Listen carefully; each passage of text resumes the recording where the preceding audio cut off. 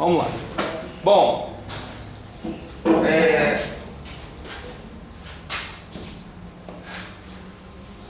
em termos de conteúdo, assim, de teoria, de ideias novas, assim, vamos dizer, esse é o último item. O próximo item é um exemplo do livro. O próximo item já é uma aplicação dessas ideias. Então, esse aqui é a parte, digamos assim, a última parte que tem o conteúdo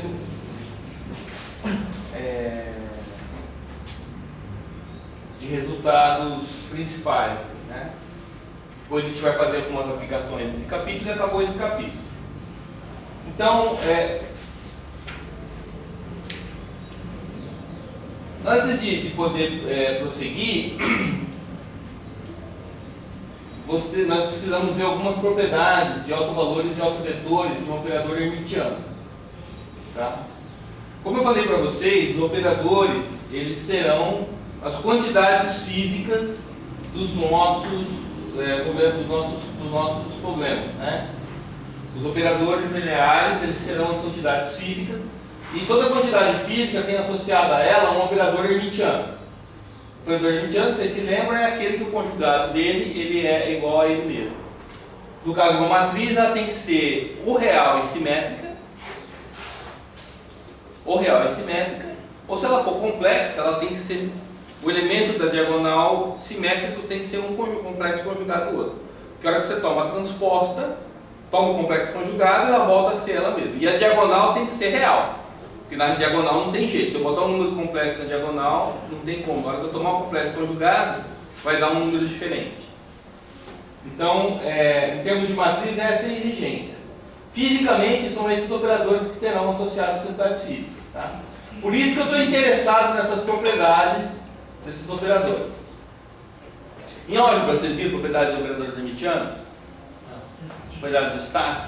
Não? Bom, então é bom porque vocês vão... Aqui, como a gente vai fazer com um certo detalhe. Primeira propriedade fundamental.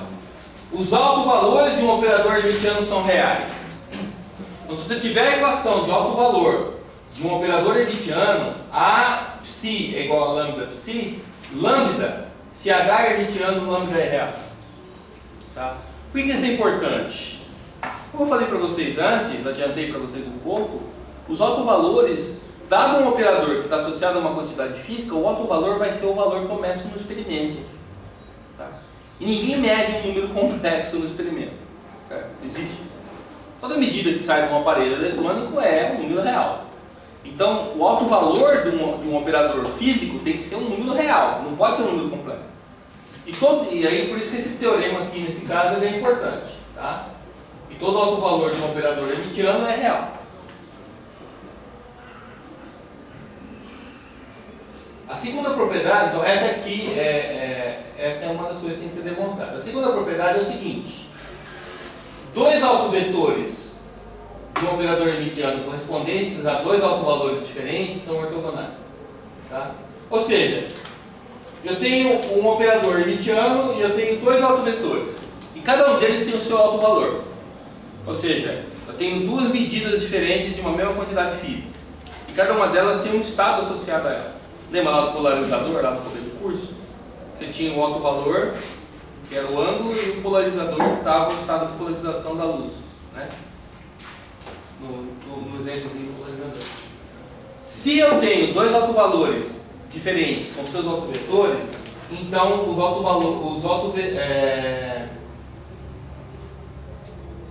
autovetores correspondentes são ortogonais. Ou seja, o produto escalar dos autovetores desses autovalores que são diferentes, esse produto escalar dá zero. Isso também é fundamental, a gente vai ver depois.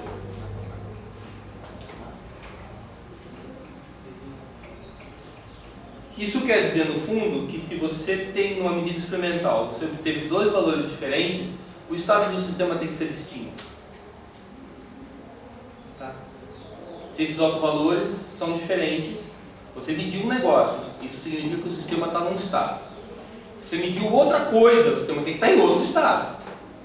Senão não pode ser outra coisa. Certo? Isso no fundo que ele quer dizer. Se os autovalores são diferentes, os autostatos têm que ser ortogonais. Eles não podem ter superposição nenhuma. O que é ortogonal? Não tem superposição, né? Se você, por exemplo, os eixos, quando você tem dois versores perpendiculares, o produto escalar dá zero. Por quê? Porque se eu projetar um na direção do outro, não dá nada. Eles são perpendiculares, a projeção é zero. Fisicamente, isso quer dizer, esses estados são distintos. Tá? Então, todas essas propriedades matemáticas, elas têm um significado. Estou adiantando para vocês, no capítulo seguinte, isso a gente vai discutir no capítulo seguinte. Só para motivar vocês um pouco dessa matemática aqui. Tá? Tudo isso aqui vai ter um sentido. Então, o primeiro grupo vai demonstrar essas duas propriedades. A propriedade I e a 2I. Tá? Vai fazer a demonstração desses dois. Aí, você tem a definição de um observado. Deixa eu ver só uma coisa aqui. Nós estamos em 6 grupos, na verdade, né?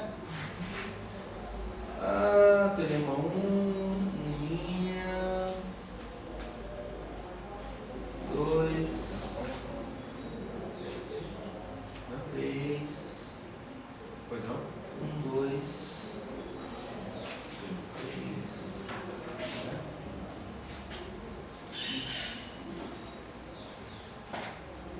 Teorema 1, teorema 2,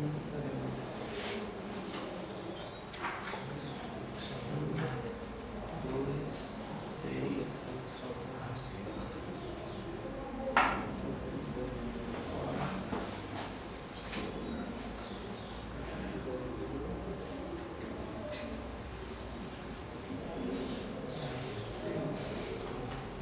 Tá? Bom, então o primeiro grupo é essa parte, demonstrar essas duas propriedades. Agora, antes de prosseguir, nós vamos fazer a definição de observável. Tá? Suponha que você tem, o que está por trás disso daqui é uma sutileza matemática que eu não quero entrar em detalhes com você. Tá? Essa questão de definir um observável. Não vale a pena você entrar em detalhes. A rigor tem um problema matemático por trás disso daqui que demanda você ter que fazer essa definição que eu estou fazendo. Tá? Eu preciso dela para poder ter rigor matemático na física. Minimamente. Então, o que é essa definição de um observável? A palavra observável sugere o que para vocês? É uma coisa subsidiária. Então, qual que é a propriedade que um operador tem que ter para ele ser, que eu possa observar? Que eu garantir que eu posso associar uma quantidade física a ele. Porque isso aqui é matemática, né? Não necessariamente essas coisas ela vai refletir fenômenos físicos. Então você tem que, isso é geral na física, né? Você tem a matemática e tem a física. Você não pode misturar as coisas, tem que ter clareza. Tá? Que a matemática é uma linguagem que você usa para descrever a física, mas tem uma hora que essas coisas se descolam. Tem uma hora que essas coisas descolam. Tá? Nem de física 1 lá, quando você resolvia o probleminha de mecânica, resolvia uma equaçãozinha de segundo grau, lembra? Qual que era a solução fisicamente aceitável? Você lembra desse argumento? Você tirava duas raízes de uma equação de segundo grau, fala, essa raiz aí, fisicamente ela tem um tempo negativo, ou alguma coisa, um número complexo, alguma coisa. Você fala, essa raiz não é fisicamente aceitável. Então, a matemática, ela cola na física até um certo ponto, tem hora que ela descola. Então você tem que tomar esse cuidado. Aqui eu estou tomando esse cuidado para colar a matemática na física. Tá? Eu preciso garantir matematicamente que esse objeto tem um significado físico. Tá?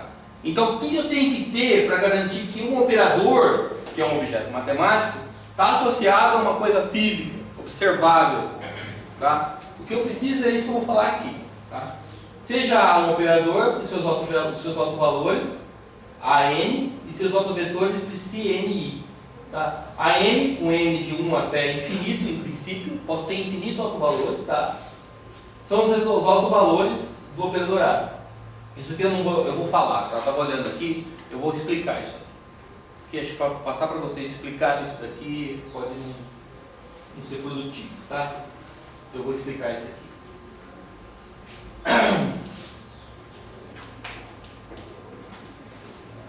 E os psi-NI? Com I variando de 1 até Gn. A gente falou sobre isso daqui na aula passada, estou recordando para vocês. Por que eu tenho um índice a mais na função de onda? Dado um alto valor, eu tenho um alto vetor. Alto valor N tem alto vetor psi-N. Mas por que o alto vetor psi-N tem um índice I, além do alto valor, do índice do alto valor? Porque ele pode ser degenerado. Eu posso ter um dado alto valor com um certo número de autovetores associado a ele. Né? Ou seja, eu posso obter uma quantidade física e ter vários estados físicos que me dão a mesma medida. Veja que não é uma contradição que eu acabei de falar agora há pouco. Eu vou fazer agora há pouco no outro teorema é o seguinte: se eu tiver duas medidas diferentes, os estados físicos têm que ser diferentes. Agora, se eu tiver uma dada medida, eu posso ter vários estados físicos associados àquela medida daquela quantidade física. Tá? Isso é possível. Porque eu posso ter outras condições que esses estados podem satisfazer, mas que, com relação àquela quantidade física, o valor é o mesmo. Tá? Então, isso não é um problema. Como que isso aparece matematicamente? Aparece na forma de degenerescência. Né? Eu tenho Gn autoestados associados ao alto valor N, onde I vai de 1 até Gn. Corresponde aos autovetores no subespaço En, correspondentes ao alto valor AN. AN é degenerado com grau Gn. Então eu falo assim, ó, a linguagem é essa. AN é um alto valor que é degenerado e o grau de degenerescência é Gn. 4, 5, 6, 10, tá? Então você tem um número de autoestados associados, linearmente independentes, associados a aquele alto valor. O Gn psi-Ni, ou seja, os Gn autoestados do alto valor N são linearmente independentes, ou seja, ortogonais entre si. Tá? Veja, eu tenho estados que são independentes e que podem ser, se o sistema tiver em qualquer um deles, uma medida dessa quantidade física vai me dar o mesmo valor. Okay? Por exemplo, aqui, ó. Suponha que cada um de vocês é um estado físico e a minha medida é o sexo. Tá? Eu vou ter aqui várias medidas de degenerado. Essa medida, com quantas meninas tem? 1, 2, 3. 3 meninas. E aí 3, 4, 5, 6, 7, 8, 9, 10, 11, 16 meninas. Então a medida sexo, o operador observável sexo, vai ser 16 vezes degenerado para a medida menino, homem, e 3 vezes degenerado para a medida menino. Obviamente vocês são pessoas diferentes. Cada um aqui são ortogonal ao outro. Você é ortogonal a ele, que é ortogonal a ele, vocês são pessoas distintas. Elas também. Tá? Mas a medida de uma quantidade física em vocês é o mesmo valor. Percebe? Com 16 degenerescência Gn. 16 para um caso, degenerescência Gn3 para o outro. Entendeu o que eu estou falando? Mas isso pode acontecer porque o sexo é uma propriedade de vocês. Se eu quisesse determinar, suponha que eu quisesse, bom, se a gente vai, depois eu volto. Como é que eu elimino essa degenerescência? Essa é a pergunta. Né? Como que eu faço uma medida que eu garanto que é uma única pessoa? Existe uma maneira, a gente vai para o final da aula hoje, é isso. Como que eu elimino? Como que eu faço uma medida para saber, não, é fulano que eu estou olhando, não tem dúvida. Tá? O que eu teria que fazer? Eu tenho que perguntar outras coisas, concorda? O que eu teria que perguntar, por exemplo? O nome, o sexo e o nome. Né? No caso do sexo, o nome é ruim porque se eu perguntar o nome eu já não precisaria perguntar o sexo, né? Mas o exemplo não é bom nesse caso. Mas eu precisaria perguntar alguma outra coisa, tá? Para eu poder especificar uma dada pessoa na fase. Tá? Então aqui, olha, os autoestados associados a um dado alto valor, embora sejam autoestados com alto valor degenerado, eles são linearmente independentes. Né? Bom, agora vem a definição de observável.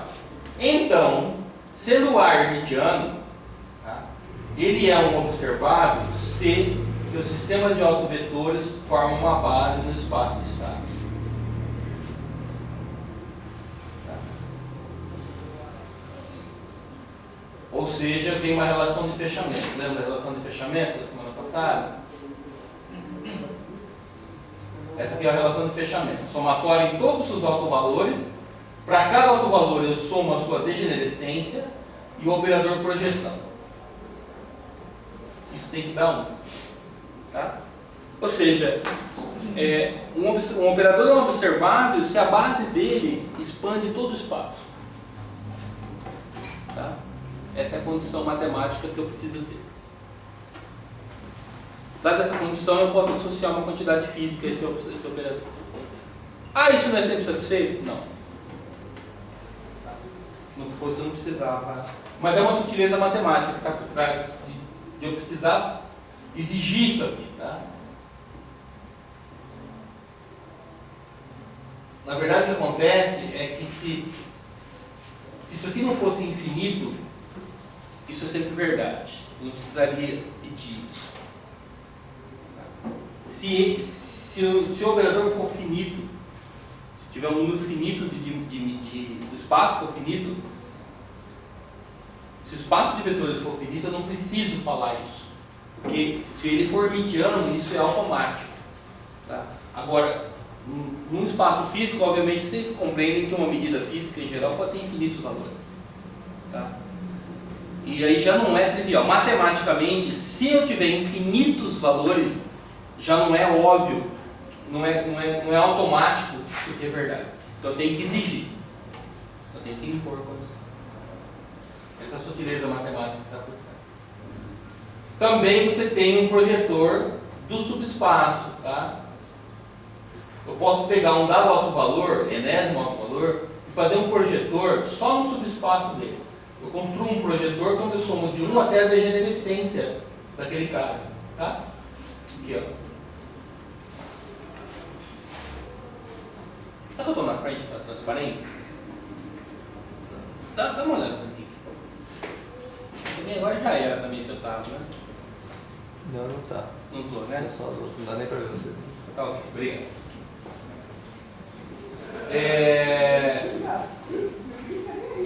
Eu posso escrever um projetor para cada subespaço e aí eu posso representar o operador A por somatória dos autovalores dos projetores. Tá? Isso é meio direto, né? Eu quebrei essa soma aqui, né? Em vez de eu somar diretamente em N de 1 a infinito, em I de 1 a Gn, eu defino um objeto chamado projetor do subespaço, que é esse objeto aqui. Ó. Tá? Ele tem uma utilidade especial para a gente, depois a gente vai ver. Certo? Aí eu digo o seguinte, esse resultado é a soma sobre esses caras que eu defini aqui. Né? Eu defino esses caras como sendo aquela soma parcial. E eu posso escrever o meu operador como sendo isso daqui. Tá? É possível você mostrar que se você aplicar A no autoestado e aplicar esse cara no autoestado, o resultado é o mesmo. Né? Depois que eu aplico esse cara num dado autoestado psi e esse cara vai dar lambda psi. Tá? Esse cara também, porque a hora que ele bater aqui, ele só vai dar diferença de zero do escalar com ele mesmo. Com os outros vai dar zero. A hora que der o do escalar, desculpa, lá de cá. A hora que eu aplicar esse cara num autoestado da base, ele só vai dar diferente de zero, como eles são ortogonais, só vai dar diferente de zero nele mesmo, vai dar 1. Tá? E do lado de cá, eu vou ter o próprio estado.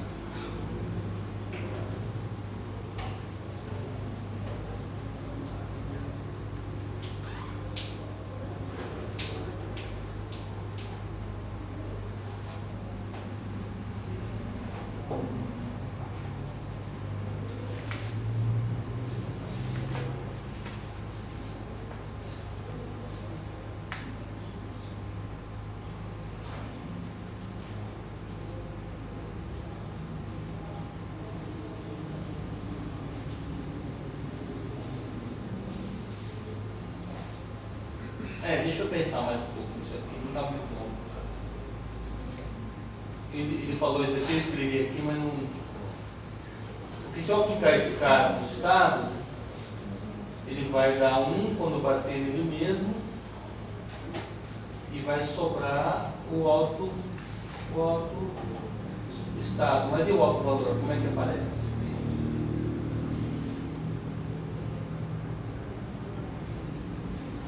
Deixa eu pensar um pouquinho nisso aqui, eu volto nisso aqui, tá? Bom, agora, no próximo item, que é o último item dessa sessão, a gente vai falar um pouquinho sobre observáveis comutativos. Tá? Então, teremos 3 teoremas aqui importantes. Primeiro teorema: se 2 operadores A e B comutam e psi é um autovetor de A, então Bpsi também é um autovetor de A com o mesmo autovalor. Tá? Então, A comuta com B. Lembra de comutador? O que é? O comutador é AB igual a BA. Tá? 2 operadores comutam se AB é igual a BA. O que significa isso fisicamente? Você medir um, medir o outro, ou medir o outro, medir um, dá o mesmo resultado. Certo? Isso não é óbvio? Não é óbvio, porque a medida de um pode alterar o estado. Tá? Eu consigo pensar num exemplo.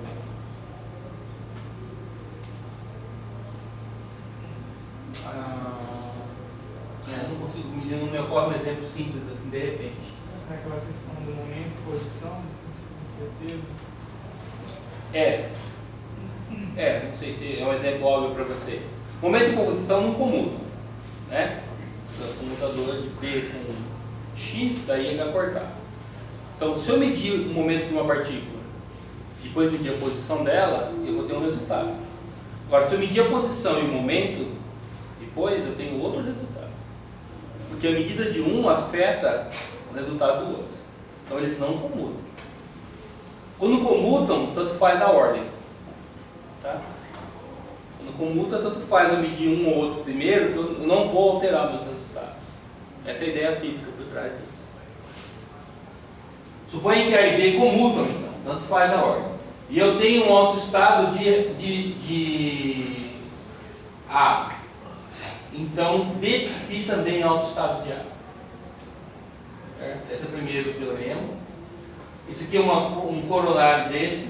Se 2 operadores A e B comutam, todo o autoespaço de A é globalmente invariante sobre a ação de B. Tá? Que a gente nem demonstra. É uma consequência direta desse daqui. Então, o segundo grupo vai trabalhar nesse teorema 1. Aliás, acho que dá para fazer os 2 teoremas, porque esse aqui é muito simples, né? O segundo teorema é: se 2 observáveis A e B comutam, e se um e psi. Não, acho que fica esse teorema só para um dos, tá? Fica o teorema: se o 1 e 1' para um dos grupos só, esse grupo 2. 1 e 1', demonstração no 1 e explicar 1' para o grupo 2. Teorema 2: se 2 observáveis A e B comutam, e psi1 e psi2 são 2 autovetores de A com diferentes autovalores, então esse objeto é zero. Tá? A comuta com B, psi1 e psi2 são autovetores de A com autovalores diferentes. Então esse objeto é igual a zero. Tá? O elemento de matriz de B entre esses caras é nulo. Essa é uma outra. Tem 2 provas, o grupo 3 vai demonstrar, fazer essas 2 provas, esse teorema 2. Tá? Teorema 3. Se 2 observáveis A e B comutam, podemos construir uma base ortonormal no espaço de estado com autovetores comuns A e B. Tá? Se 2 observáveis A e B comutam, podemos construir uma base ortogonal dos espaços de estados com autovetores comuns A e B. Ou seja, se eles comutam, existe uma base do espaço que é onde cada vetor é comum aos dois. Tá?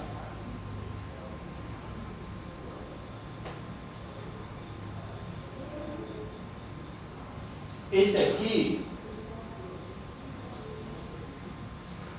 eu vou dividir. Quantos grupos foi até agora? 3, né? Eu vou dividir em duas partes.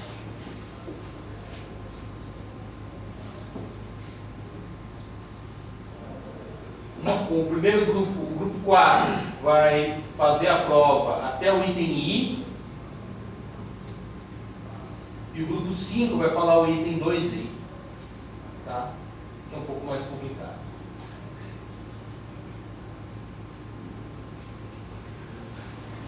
E o grupo 5 vai falar o item 2I. E o grupo 6 vai falar a última transparência, que é o que é vai explicar o que é um conjunto completo de observados comutativos.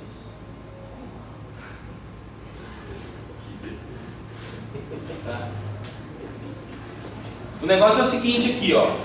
Cada passo depende dos resultados anteriores. Ah, mas eu estou fazendo um que depende dos resultados anteriores. Você pode usar o resultado anterior, você não precisa demonstrar. Você vai precisar, o teorema 3 vai precisar do 1 e do 2. Você pode usar o teorema, o resultado dele. Certo? Você não precisa demonstrar para poder usar. Aí o pessoal do outro grupo é que vai demonstrar aquele teorema. Okay? Esse último, por exemplo, não tem que demonstrar nada, mas ele vai ter que usar o resultado de todos os outros. Certo? Ele vai ter que explicar uma coisa que está associada a todos os outros. Não vai ter que demonstrar matematicamente nada. Certo? E eu vou dar o tempo para vocês agora, então. Não, 9 horas? Até o intervalo, né? A gente volta do intervalo.